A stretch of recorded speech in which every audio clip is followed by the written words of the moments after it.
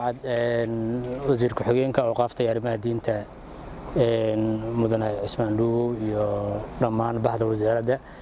iyo bahda saxaafadda aadan islaam markuu assalaamu calaykum waraxmatullaahi wabarakaatuh waxaan rajaynaynaa insha Allah hadduu Ilaahay yiraahdo inay noqoto habeen Ramadaan ah marka waxaan leenahay Ramadaan mubaarak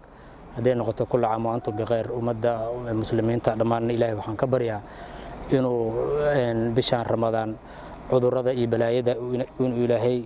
mataqaana ugu dulqaado oo maxaa la yiraahdaa oo caafimaad taam siiyo ummadda muslimiinta gaar ahaan ummadda Soomaaliyeed meel walba ay joogaan inta kadib waxa caawa sharaf noo ah in uu na soo booqday oo uu noo yimid wasiir ku-xigeenkii awqaafta iyo arrimaha diinta asiga oo u kurgalayo indheen iyo howlo shaqaana mataqaana isha ka waday waxa sharaf kale noo ah inuu caawa dhowr masaajid uu maxaa la yiraahdaa kitaabo iyo u geeyay oo ugu talagalay dadka inay ku cibaadaystaan oo maxaa la yiraahdaa meeshaasi alla ku baryaan taa runtii waxay daliil u tahay wasaaradda awqaafta iyo arrimaha diinta inay mar walba u taagan tahay in maxaa la yiraahdaa ummadda ku dhaqan gobolka Banaadir mar walba ay garab taagan tahay dhinac walba ay ka taagan tahay anagoo ogeyn doorkii ay ku lahayd barnaamijkii COVID-19 oo runtii maxaa la yiraahdaa wacyiga ay ka qaadatay iyo go'aankii ay ka qaadatay iyo sidii maxaa la yiraahdaa maxaa la yiraahdaa isaga xilqaantay inta kadib mudane wasiir soo dhawow sharafeeno tahay waxa farxad kala ah in wasiirka xaafadiisii ay meeshan tahay sidoo u tilmaamayo reer Shimaali iyo reer Cagaarweyne iyo East Africa iyo u tilmaamayo in maxaa la yiraahdaa ay cadeynayso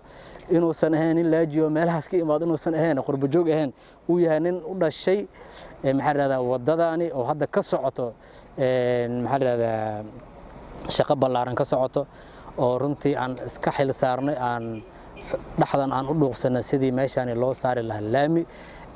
barisamaadkii sida ahayd insha Allah waan rajeynaa waan noqon doontaa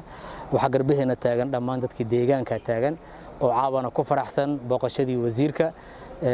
indhantii wasiirka mudan wasiir mar koowaad iyo mar labaad iyo mar saddexaad ba soo dhawow sharafeena noo tahay hadaan nahay shacabka ku dhaqan reer Howlwadaag inaad noo timaado oo naga soo doorato caawa degmooyinka kale aadna lugta soo mariso guud ahaan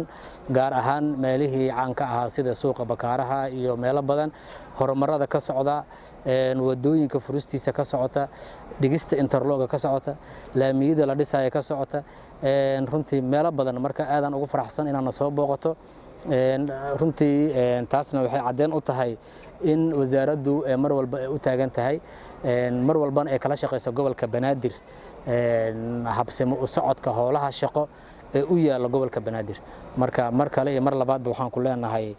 jazaakumullahu khayran aad iyo aad aan ugu faraxsanahay assalaamu calaykum waraxmatullaahi wabarakaatuh